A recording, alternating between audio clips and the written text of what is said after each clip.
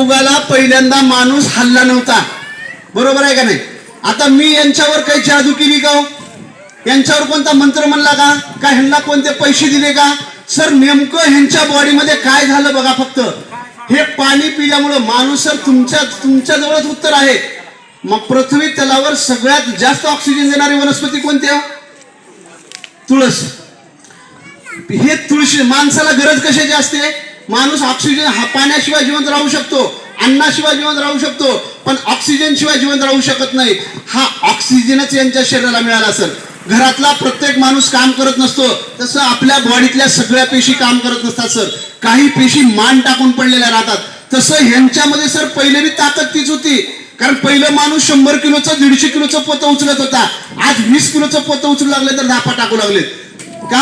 हे केमिकल मुळे. हे तुम्ही पाणी पिल्यामुळे काय झालं? तुमच्या बॉडी मधल्या ज्या मान टाकून पडलेल्या पेशी होत्या सर, त्या फक्त जागृत झाल्या, बाकी दुसरं काही नाही. तुम्ही दिवसभर कुठं बी जर आज जेवण जरी नाही केलं तर तुम्हाला भूक लागणार नाही, मानसिक तणाव जाणार नाही. एवढीच. आता तुमचं काम, जिथं तुम्ही काम करताल तिथं तुमचं मन लागतं. आता तुमचं इथं काम चालू आहे, तुमची सगळी ताकद बोटावरती एकवटते. सर हा माणूस, सर हे माणूस 80 तर किलोचा आहे, आपण 150 किलोचा माणूस मुरमुऱ्यासारखा उचललाय.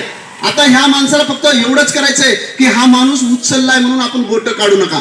कारण माणसं आपल्याला आपल्या गावचे आहेत, त्यांना व्यवस्थित उचलायचंय आणि व्यवस्थित खाली ठेवायचंय. हा सरळ एकदम वरी जातोय.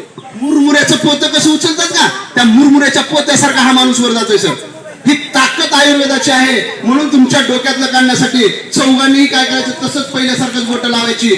चौघांनी बोट लावा, चौघांनी लावा बोट. सर फक्त हसायचं नाही, मजाक करायचं नाही. माझ्याकडे बघा, इकडं बघायचं सगळ्यांनी.